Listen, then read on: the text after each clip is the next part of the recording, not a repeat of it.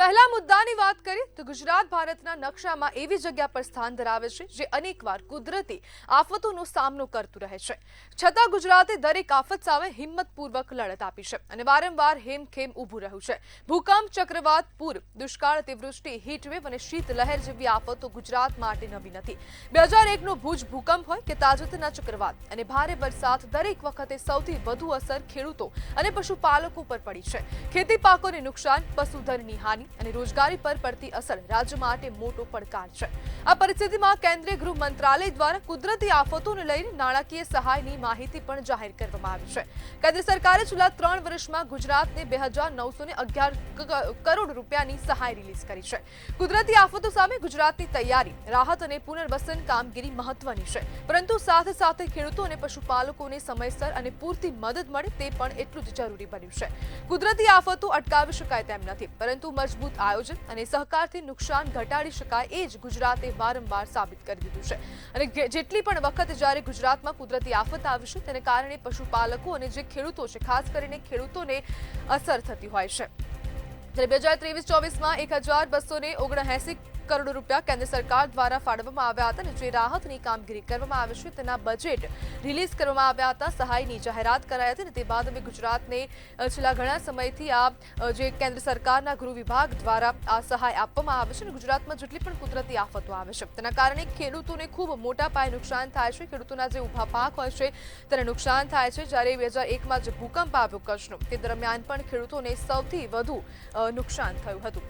અને આજ મુદ્દે ચર્ચા કરવા માટે આપણી સાથે ખેડૂત આગેવાન માવજી પટેલ જોડાઈ ગયા છે। માવજીભાઈ, કુદરતી આફતોનો સૌથી વધુ પ્રભાવ ખેડૂતો પર પડે છે, શું કહેશો? બેન, ગ્લોબલ વોર્મિંગની સમસ્યાને લીધે જે પ્રદૂષણ ભારતમાં વધ્યું છે એના લીધે અનિશ્ચિત સમયે વરસાદ, વાવાઝોડું જેવા આવતા હોય છે અને એ વરસાદ હોય કે વાવાઝોડું હોય એ અનિશ્ચિતતાનો સામનો સીધો ખેડૂતને કરવાનો હોય છે। એટલે ચોક્કસ આજના તબક્કે હું કહીશ કે સરકારે 2900 કરોડ રૂપિયા 29,000 કરોડ રૂપિયા 3 વર્ષમાં આપ્યા છે એમને। એ અભિનંદનને પાત્ર છે, પરંતુ આ કોઈ સમસ્યાનું સમાધાન નથી। કારણ કે એક બાજુ જોઈએ તો 2012માં જે ભાવો હતા એ ભાવો આજે પણ મગફળી હોય, રાઈ હોય કે એરંડાના છે। એટલે ખેડૂતને એક બાજુ ભાવોનું જે મળવા જોઈએ એ મળવા પાત્ર હોતા નથી, એટલે ખેડૂતને નુકસાન પડે છે। હવે આ વિકલ્પમાં જોઈએ તો સરકાર હજી સુધી પામતેલની આયાત કરે છે। એક બાજુ 2 લાખ રૂપિયા કેન્સર કે એટેક માટેની સહાય કરે છે અને એક બાજુ પામતેલથી થતા રોગો એ ભારતમાં આવે છે।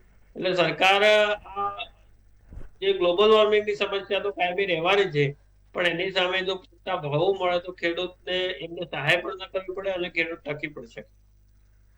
માવજીભાઈ, જે દરમિયાન હવે આવી કુદરતી આફતો આવે છે ત્યારે સરકાર દ્વારા મદદ પહોંચાડવામાં આવે છે અને આર્થિક સહાય પણ પહોંચાડવામાં આવે છે, પરંતુ ખરેખર જે લોકોને આ સહાય પહોંચવી જોઈએ તે લોકોને નથી મળતી, તો સરકારે કેવા પ્રકારનું આયોજન કરવું જોઈએ આપના મતે? હું એ માટે જ કહું છું કે સહાય જ્યારે જાહેર થતી હોય છે ત્યારે ઘણીવાર સાચા અને પ્રામાણિક ખેડૂતો સુધી સહાય ન પહોંચતી હોય અને જે કાયમી લેવાથી ટેવાયેલા લોકો છે એ લોકો આમાં રસ લઈ ફોર્મ ભરી અને લેતા હોય છે। કારણ કે એટલું બધું હજી ગુજરાતમાં ખેડૂત છે, ભારતમાં જાગૃત નથી। એટલે ભાવ જો મળતા હોય તો જે પણ ખેડૂત સાચો છે, મહેનત કરે છે અને બજારમાં જે પાક લઈને આવે છે એના પૂરતા ભાવ જો મળી જાય તો એને સહાય કરતા પણ વધારે બચી શકે, એ આજના તબક્કે હું કહી શકું। માવજીભાઈ, સરકાર ખેડૂતો પાસેથી ટેકાના ભાવે ખરીદી પણ કરે છે, પરંતુ ક્યાંક ને ક્યાંક તેવા પણ આક્ષેપો થાય છે કે સરકાર દ્વારા જે ટેકાના ભાવે ખરીદી થાય છે, જે પૈસા અપાય છે તે ખૂબ મોડા મળે છે। ટેકાના ભાવની ખરીદી બેન ભ્રષ્ટાચારથી ભરેલી ખરીદી કહી શકાય એવું છે। કારણ કે એમાં જે ખેડૂતનો માલ પાક્યો છે એમાં 15 થી 20% સાચા ખેડૂતો માલ વેચે છે, બીજા તો વેપારી જે જ્યારે નીચા ભાવ હોય ત્યારે એ ખરીદે છે અને પછી ખેડૂતને પણ પ્રલોભન આપી અને 2-5 હજાર રૂપિયા આપી અને એના જોડેથી ઉતારા લે છે અને એના જોડેથી પૈસા લે છે અને એના ખાતામાં ભરાવે છે। આ બધા ગોરખ ધંધા ચાલે છે, એ મને પણ ખબર છે અને તમને પણ ખબર છે, પણ એની સમસ્યાનું સમાધાન સરકાર જોડે જ હોઈ શકે। માવજીભાઈ, નવેમ્બરમાં જે વરસાદ પડ્યો તે વરસાદનું જે પાણી છે, વરસાદી પાણી હાલ પણ બનાસકાંઠાના અનેક ખેતરોમાં છે, ખેડૂતોની હાલત હજુ પણ કફોડી છે અને ખેડૂત હવે આ જે કફોડી હાલત છે તેમાંથી ક્યારે ઊભો થશે અને તેની વેદના ખરેખરમાં સરકાર ક્યારે સાંભળશે?